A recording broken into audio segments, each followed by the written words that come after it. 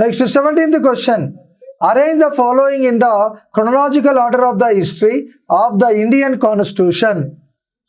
భారత రాజ్యాంగ చరిత్ర క్రమంలోని ఈ క్రింది వాటిని వరుస క్రమంలో అమర్చండి. ఫస్ట్ ఏమి ఇచ్చాడు? క్యాబినెట్ మిషన్ అని ఇచ్చాడు. క్యాబినెట్ మిషన్ ఇది 1946లో నియమించడం జరిగింది. ఎప్పుడమ్మా? 1946లో. మింటో మార్లే రిఫార్మ్స్ అని అంటున్నాడు. మింటో మార్లే సంస్కరణలు ఎప్పుడు? 1909.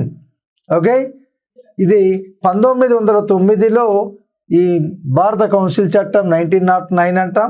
దాన్నే మింటో మార్లే సంస్కరణ అంటాం. తర్వాత మాంటేగ్ చెమ్స్ఫర్డ్ రిపోర్ట్ అంటున్నాం. ఇది 1919. తర్వాత Simon commission, okay, Simon commission నివేదిక అని అంటున్నాము. ఇది 1942.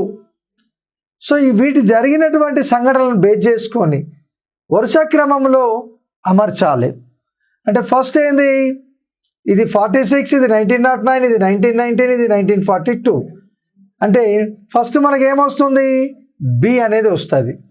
బి ఏముంది? Minto మార్లే reforms. ఓకే, సో ఈ 4 ఆప్షన్లో బి ఎక్కడుంది? ఫస్ట్ ఇగో ఫస్ట్ ఆప్షన్లో ఉంది బి. తర్వాత ఏమొచ్చింది? 1909 తర్వాత నెక్స్ట్ ఏమి? 1919. కాబట్టి ఇక్కడ ఏమిచ్చాడు? సి ఎక్కడుంది? ఇక్కడ ఈ ఫస్ట్ ఆప్షన్లో ఉంది.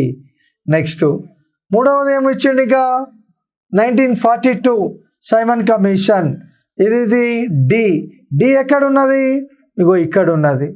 తర్వాత వీటిలో చివరిగా ఉన్నటువంటిది ఏదంటే క్యాబినెట్ మిషన్ 1946. అంటే ఏ ఎక్కడుంది? ఇగో ఇది. కాబట్టి ఈ క్వశ్చన్కు సరి అయినటువంటి ఆన్సర్ ఏది అని అంటే ఇగో ఫస్ట్ ఆప్షను BCDA. సో ఈ విధంగా మనము ఆన్సర్ని కరెక్ట్గా మనం గుర్తించాల్సిన అవసరం ఉన్నది.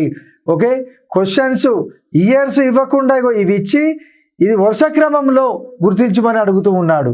కాబట్టి రాబోయేటటువంటి పోటీ పరీక్షల్లో కూడా ఈ విధంగానే క్వశ్చన్స్ వస్తాయి. కాబట్టి ఏ సంఘటన ఏ సంవత్సరం జరిగిందో మనకు వరుస క్రమంలో గుర్తుపెట్టుకుంటే ఇటువంటి క్వశ్చన్స్కి మనం ఆన్సర్ చేయగలుగుతాం.